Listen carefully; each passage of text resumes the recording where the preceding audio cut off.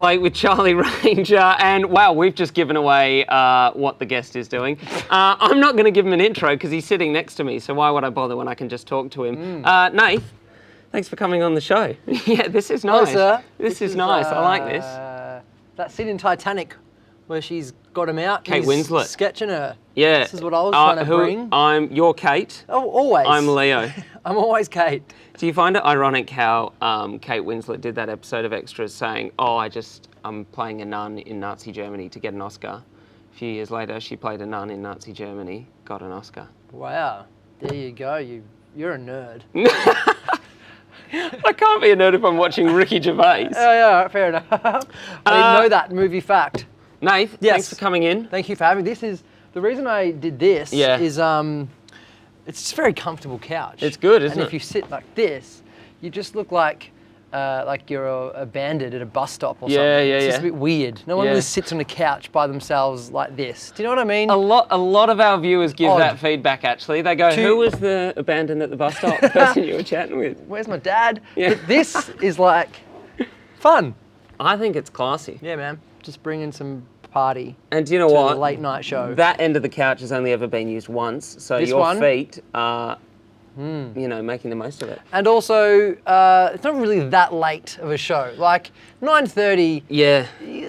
We talked about this might be like a late show for like 11-year-olds. I suggested up at a reasonable hour. Yeah, what's wrong with Charlie that? Ranger, or I talked to this one of the first things I talked about on episode 1. I was like, we get it. 9:30. Yeah. It's cool. I like it. It's the up late show for people that have to get up in the morning. Yes, for shift workers. Yeah. It is late. Yeah, it is it's the up late show late. for bakers. So that's cool. That must be a terrible job. I've never been one.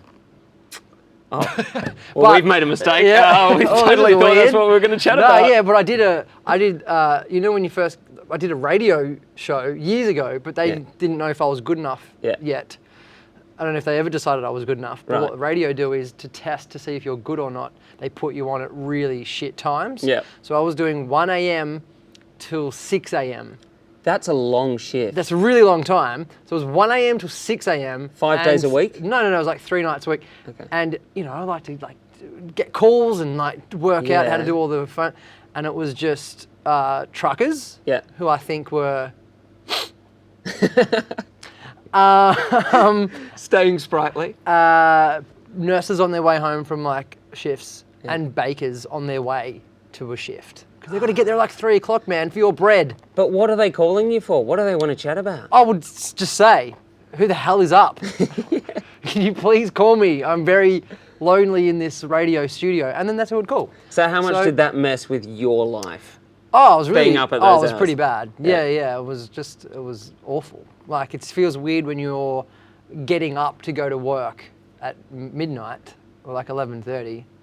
Yeah, lots of Red Bull. But anyway. Is this the show, because, would you believe, I did some research about you before you came on. Is this the show that was called Uplate? No, that was... So that was... Because you did do a show called Uplate, Uplate, that was 10 p.m.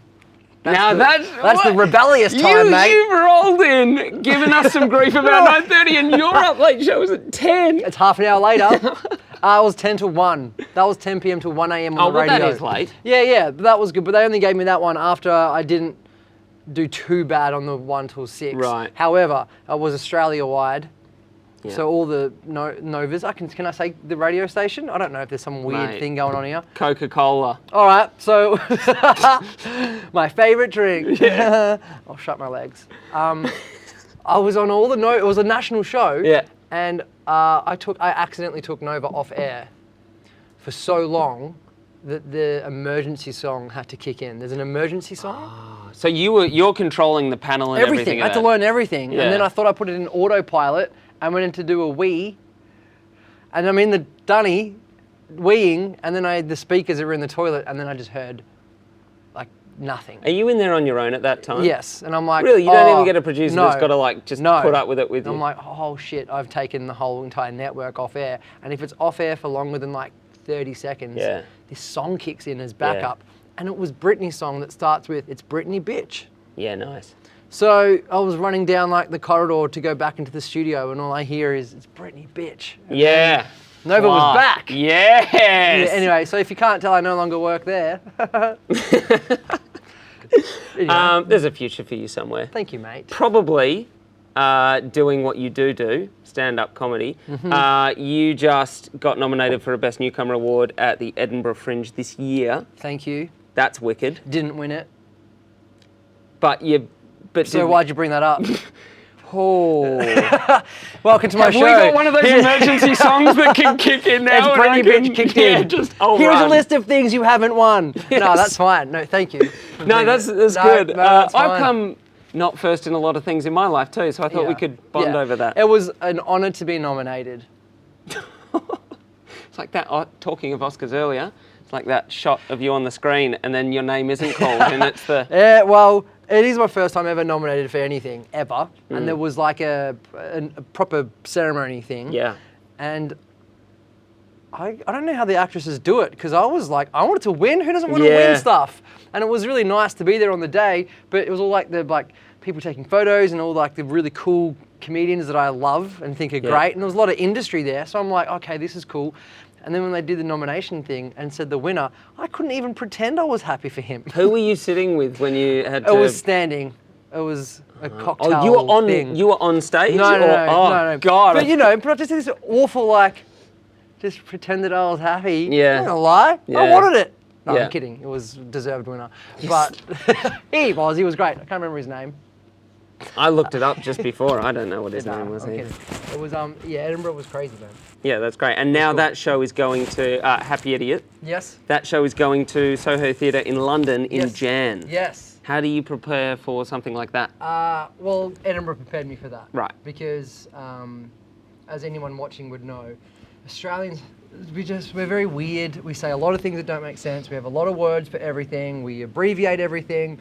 We're just very lazy communicators. And so when I started doing my comedy in Edinburgh, it took me like over a week to oh yeah, you don't say that word, or oh, that word doesn't make sense. And so the show did have to you have that cultural shift. Yeah, you have to work pretty hard at figuring out what they get and don't. So that was what Edinburgh was for, basically. Yeah. To try and make my Australian comedy international. But it did work. Adelaide, Edinburgh, am I right? Kind of thing. You're like, what? I don't get it. Yeah. Say something we get. Yeah. So I'm lucky enough now to go back to London, which will be in the middle of their winter. So it's going to be really awesome. Yeah. Are you a winter person or are you a summer person? I mean, there was clear irony in your voice then, but some people... I'm just scared about who leaves the house and goes and sees shows when it's 2 degrees. Yeah, but they live in that. Yeah, it's true. My whole family's English. They're weird. They're used to that. Cold is fine for them. Yeah. I'm partial to a good scarf as well, so I'm pretty excited about introducing a scarf. Yeah, nice. Because let's face it, if you left your house in Melbourne in a scarf, you're going to get called a wanker from a car. I think so. I would, and I have. I have been the one yelling out wanker from the car. Yeah, great. So, we don't really sport scarves very confidently in this country. I had Drama someone... teachers do. I had to do promotion. This is such a detour. Okay, I apologise, that's but fine. Just yelling out of cars, Australians that do it. I had to dress up as a French person for the Les Mis opening doing promotional work. Someone yelled out of a car and went, Australia! Australia! At me because I was wearing French colours. See? That's how deep the racism goes in this country. Colours. Can't even if you were wearing a scarf. I know. You wouldn't be with us. No, it would have gotten very messy. Yeah, you wouldn't be here. I made what some might consider an okay joke in segment 1 of the show about people saying be funny. Do you get that a lot as a comedian? Yeah, that's all right. You get a family dues, or when you meet friends at weddings and stuff. The comedian, be funny. And then I'm just like, what do you do for a living? And they're like, I'm going to do my taxes right now at this wedding. Just a bit weird. Have you ever legitimately tried to be funny for someone and they've gone, oh? Edinburgh. Oh, okay, yeah, great. Yes, every night. Lots of people in my audience. Yeah, that's the thing with comedy. If people don't, if you have people that don't like you, then you're not doing it right. I believe in comedy. If you're gonna like stick to something and make jokes about something, there's got to be people in the room that just don't find you funny at all, and you've got to be okay with that. And hopefully there'll be just as many that do. Are you the sort of comedian that will engage those people and use that, or do you like to stick to your script? Yeah. Well, I like chatting to the crowd. Yeah. But I don't do those comedians where you feel uncomfortable. Yeah. And if you're like late, you're like really nervous about going into the room. Yeah, I'm not one of those comedians. Okay, so you're a make friendly them feel one. nice and have a chat. Yeah. Have a laugh. Not like, where are you going? You're gonna go piss? Well, while you're in there, kill yourself. Kind of like, just, those comedians. I'm not going to do that. That's amazing. I'm just going to do this on the stage at my shows. Nath, you have maintained that the whole interview, and it's been absolutely wonderful.